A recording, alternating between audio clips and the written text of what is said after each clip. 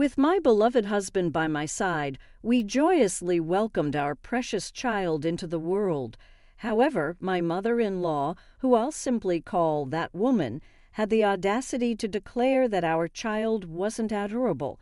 Can you imagine anyone saying such a thing about their own grandchild?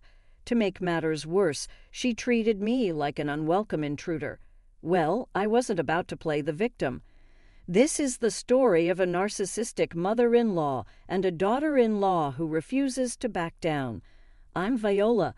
I married Wood when I was 28, and our much-awaited son, Ricky, arrived just a year ago. When Ricky was 6 months old, I returned to work and enrolled him in daycare while I focused on my career. Some might criticize leaving such a young baby in daycare, but there were financial realities to consider. Wood's job was struggling, and his income had dwindled since we married. In fact, I now earned twice as much as he did. With a newborn, expenses were only mounting, so I made the decision to return to work early. Fortunately, I've always enjoyed my job, so going back wasn't a hardship for me. However, there was one person who strongly opposed my decision, my husband's mother. She had moved in with us 3 months earlier and didn't seem to approve of me, frequently criticizing not only my parenting, but also my daily routines. How could you leave such a young child in daycare? You're not fit to be a mother. Traditionally, women stay home to care for the household. What century did she think we were in? She stubbornly clung to these outdated beliefs. Every evening when I returned from work with Ricky, she would start in on me. "You're working late again. Don't you feel guilty leaving Ricky? I spent all day with Ricky on my days off. He was doing well at daycare, so it was fine." I'd defend myself, but whenever I tried to reason with her, she'd scowl angrily. "You're just taking the daycare worker's word for it. If you keep this up, the child won't turn out right." My mother-in-law, who never lifted a finger to care for Ricky, constantly lectured me about parenting from her self-appointed pedestal. Adding insult to injury, she didn't hesitate to criticize my character. "I regret living with a daughter-in-law like you who only cares about work. Why did my son Wood marry someone like you?" I was stressed out every day. It was driving me crazy. This time, I had finally reached my limit. If it's that unbearable, should we reconsider living together? You know why we agreed to this arrangement, don't you? There was a backstory to why my mother-in-law moved in with us. Originally, she lived in her husband's home until he had a serious traffic accident that left him paralyzed from the waist down. Later, it was discovered he also had dementia, making it impossible for her to care for him alone. Reluctantly, she moved him into a care facility. She then insisted we move in with her, but both my husband and I had jobs. Given our daily commutes, relocating from our current home was simply not feasible. Then, one day, without warning, my mother-in-law moved her belongings into our house and made herself at home. It was clear that this living arrangement was not something we had agreed upon. She had taken it upon herself to impose it on us. It was an unwelcome intrusion. "Look, I understand that things are difficult for you because of Dad," I said calmly, trying to keep my frustration in check. "That's why we agreed to this arrangement. But remember, we also agreed not to interfere in each other's lives, right?" "Huh? Did we? I don't recall agreeing to anything like that," my mother-in-law retorted, her tone dismissive, seemingly confident that she wouldn't be challenged. Her dismissive attitude grated on my nerves. I had had enough. "I agreed to this living situation on the condition that we respect each other's boundaries.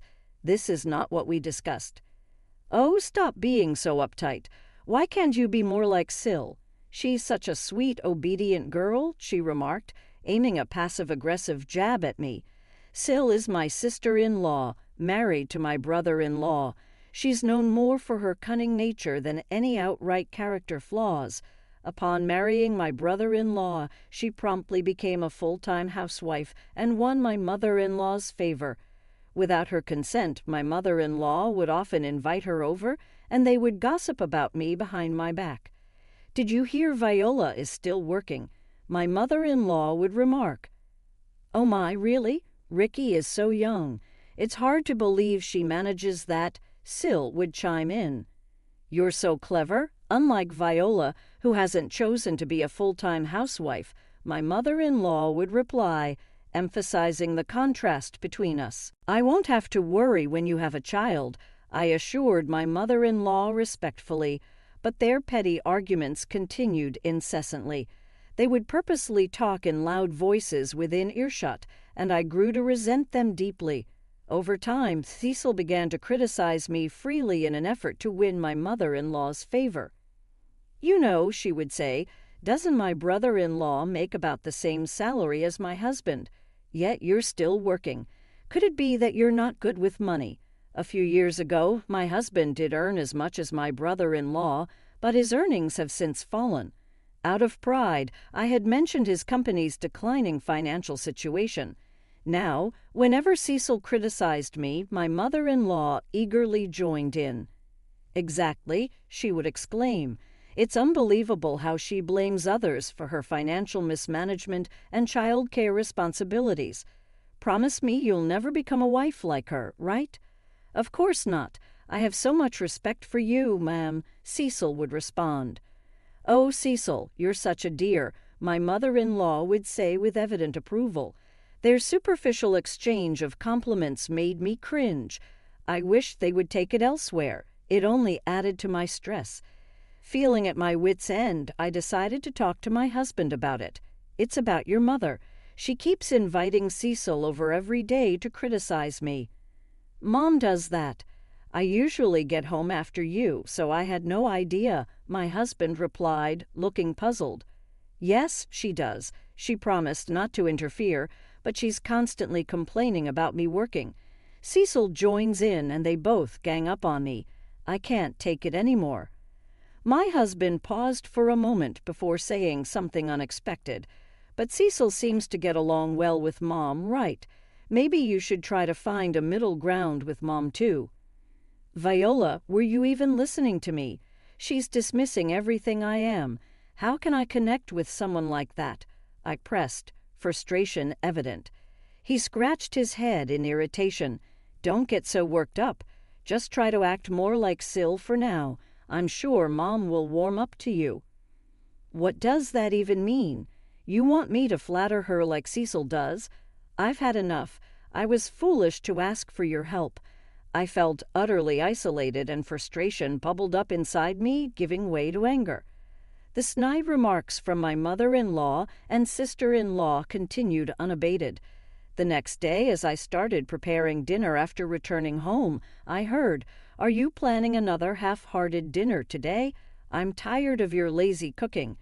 "That's because she insists on working, you know. If it were up to me or Mom, we would never serve our husbands such low-quality meals," Cecil added. For the record, my mother-in-law's cooking is nothing to brag about. It's overly seasoned and not particularly delicious. As for my sister-in-law, her domestic skills are questionable, considering how often she practically lives at our place. Silently seething, I continued with my dinner preparations. When my husband returned home, both my mother-in-law and Cecil suddenly changed their demeanor and stopped criticizing me. This made my husband doubt my words. Just when everything seemed to settle into a tense routine, an unexpected incident shook things up. I received a call from the daycare center during my work shift. I quickly contacted my husband and rushed home. There, I found my mother-in-law and my tearful son waiting for me. "What do you think you're doing, mother-in-law? How could you take Ricky from daycare without asking me?" I exclaimed in frustration. My mother-in-law sighed, giving me a condescending look. "What's all the commotion about? I did it for my grandson. Besides, why waste money on a child care center? Raising a child is a mother's responsibility, isn't it? But that's just your viewpoint, isn't it? We have our reasons for sending Ricky to daycare.